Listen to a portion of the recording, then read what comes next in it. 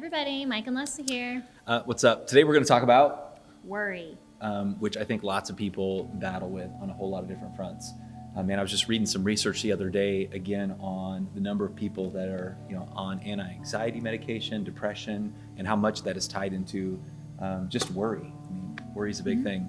I came across this quote actually it was in a research project that John Piper had done, and it was a quote on Corrie ten Boom, who we kind of see Corrie ten Boom as like this Heroine. Yeah, like of the faith. She's this amazing leader. And there's a story told of her.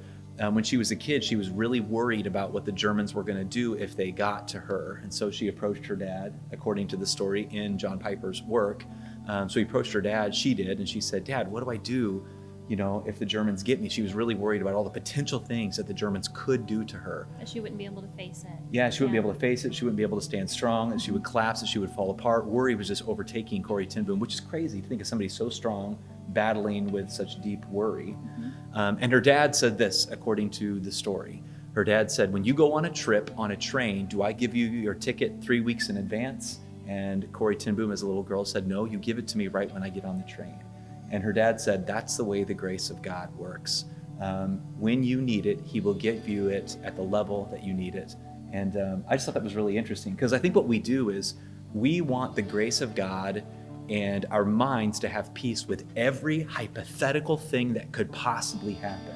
Right. But God doesn't give hypothetical grace, he gives actual grace. Actual grace. Right, and so we imagine these scenarios of what might happen in the future, and we are filled with feelings of anxiety and worry, and we imagine what we will feel in that moment. But what we don't realize is that when if we are ever actually in that moment, God will provide what we need in that moment, because again, he doesn't give hypothetical grace, he gives actual grace. Right. And I think even it can be something, sometimes we wonder, what if this current struggle I have doesn't go away? How long will I have to suffer or bear this burden that I have? And just that reminder that for however long it continues, God will provide what we need each day, just as he has in the past. He will continue to provide. Grace can be for the day, and grace can be for those things that come up, but he doesn't provide hypothetical grace for every potential thing you can imagine. He provides actual grace for the things that you actually encounter. Right. And how encouraging to know that somebody like Corrie ten Boom, who we know is this really strong person with this amazing testimony and amazing story of strength through a very difficult time, how encouraging to know that she too also worried before that happened. And you think about the implications of this idea. The truth is that the whole narrative of the Bible is built around this idea of trust. Like, we trust in Jesus for his salvific work, his work on the cross. We trust in God, we trust. And so even when it comes to grace for hardship, it is given to us in a way in which trust is required. And so we find peace not in having solutions to all of our hypothetical situations. We find peace in trusting the nature of God and the faithfulness of God, that he will give us the grace that we need in the amount that we need it when we need it. So God doesn't give us hypothetical grace for every potential thing. He gives us actual grace. And as he has provided, he will continue to provide. Yeah, I think that's really good.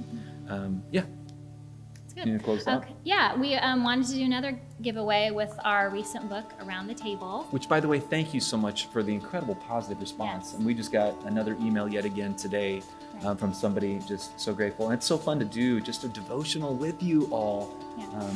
It was fun to write and fun to share with people, and just neat to see how it's been encouraging. God willing, we'll do it again. Yeah. I'm surprised at the feedback, so we'll do it again. Yeah. So we do still have some left, and we want to give away more. So the first 25 to share this video, we will send you a book if we haven't already sent you one. Right. So share the video and you might get a book. Let's do it like free. this. Instead of the first 25, let's say out of those that share the video, we will choose 25 people to give more books away to. Okay, yeah, we can do it that way. Yeah, sure. That would be, that way, yeah, it'd be a good thing. Cool. Okay. Thanks. We appreciate you all. Bye. Actual grace.